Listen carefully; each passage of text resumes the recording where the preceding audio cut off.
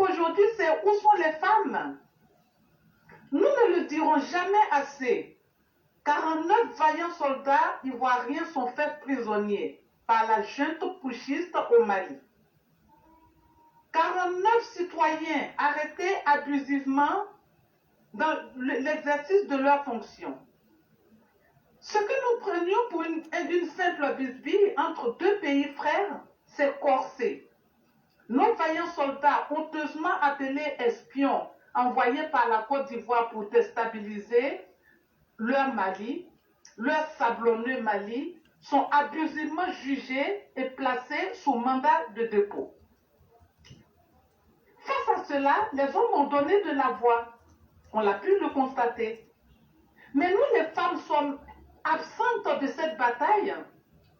Quand je parle de femmes, loin de moi l'envie de citer celle appelée Chagrine Galeuse et la sorte Afoukeita.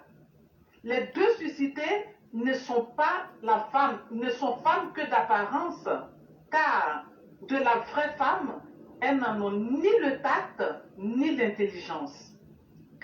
Quand je parle de femmes ivoiriennes, je parle des filles de notre adoré père, l'infatigable père Alassane Dramane Ouattara. Ce sont celles qui sont capables de mener le combat en restant mères, c'est-à-dire sans violence, dans la vérité. Chères sœurs, il est encore temps de donner de la voix où que nous soyons. Ne restons pas dans le mutisme, encore moins dans l'inaction. Montrons au monde que nous sommes des mères poules qui, en temps d'attaque de l'épervier, met ses petits à l'abri et livre bataille contre l'assaillant. Joignons nos voix à celles des épouses, à celles des mères, à celles des sœurs de nos vaillants 49 soldats. Et que le monde sache que nous sommes solidaires des nôtres et prêts à nous défendre au nom de notre unique mère ivoire. Ce ne sera pas du jamais vu, non. Nos grands-mères ont osé marcher du 22 au 24 décembre 1949 pour dire non aux abus des colons français sur les responsables politiques ivoiriens. Elles ont exigé leur libération sans condition. Elles sont rentrées dans l'histoire par la grande porte grâce au message fort qu'elles ont fait véhiculer à travers cette marche héroïque. Non. Ce message disait: quiconque confisque la liberté de nos frères, nos fils, nos époux, nous trouvera sur son chemin, fût-il blanc ou rouge. Elles ont fait plier les colons français. Et 73 ans après, une junte nous fait un doigt d'honneur et nous peinons à réagir face à cette humiliation qui nous est faite. Non, disons non. Relayons-nous devant les miteuses ambassades maliennes partout dans le monde. Peu importe le nombre, seule l'endurance compte. C'est cela notre rôle patriotique. Certaines ici se sont offertes nues au regard des touristes sur l'esplanade du Trocadéro à Paris, dans des positions lascives, appelées Opération Codio Rouge. La nôtre se voudra à l'image de notre éducation, sereine, disciplinée, apaisée. Alors, où sont les femmes? Où sommes-nous? Qu'attendons-nous? Nota bene, ceci n'est nullement une accusation, mais plutôt une invitation à l'action. Merci beaucoup, éclaireur. Vous pouvez me laisser une minute. J'aimerais dire merci à un EPV qui est très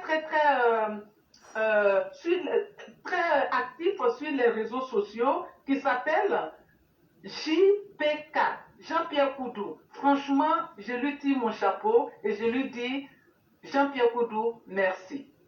Merci beaucoup, mon fils. Chère mère, je ne cesserai de vous dire merci pour l'efficacité de vos textes.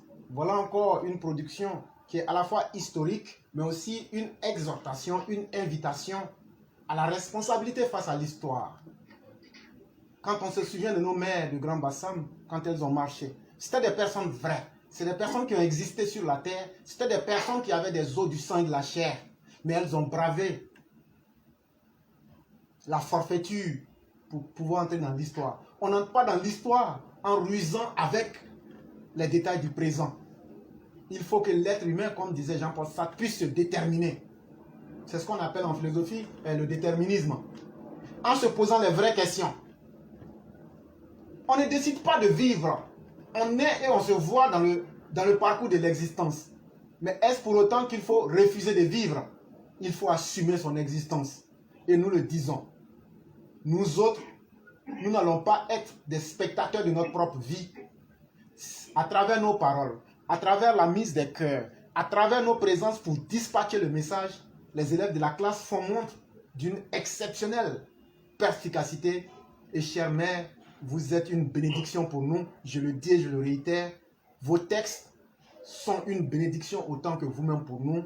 Je vous dis merci. Je dis merci à notre Père Blanc et merci à tous les élèves de la classe, que vous soyez sur YouTube, Facebook. Merci à vous parce que grâce à chacun d'entre nous, aujourd'hui, on est sorti de la boue pour devenir aujourd'hui ceux qui contrôlent. Quand on regarde ces analyses que vous venez de faire, quand on regarde ce qu'on vient de dire au RHDP et quand on regarde ce qu'on vient de dire dans l'opposition, qui peut faire comme nous? C'est de ça qu'il est question. Et ceux qui peuvent faire comme nous, c'est ceux-là qui laissent un impact. Et dans la vie, que vous soyez dans le bien ou dans le mal, l'objectif est de laisser un impact. Chère mère, vous avez déjà joué votre part de contribution, mais que chaque mère, qu'elle soit en Côte d'Ivoire ou partout, se dise: je suis digne d'être une mère parce que c'est moi qui donne la vie. Nos 49 soldats, nous ne pouvons pas être des spectateurs. Nous ne pouvons pas être des adorateurs de la mort. Parce que quand tu n'aimes pas la vie, c'est que tu adores la mort. Et nous allons être ceux qui font la promotion de la vie en défendant les vies humaines sans tenir compte des différences idéologiques, intellectuelles. Ce n'est pas ça notre problème. Notre problème, c'est de défendre la vérité et la vie. Vraiment, merci beaucoup, chère mère. Merci beaucoup, cher fils. Merci. Et vous passez une excellente soirée.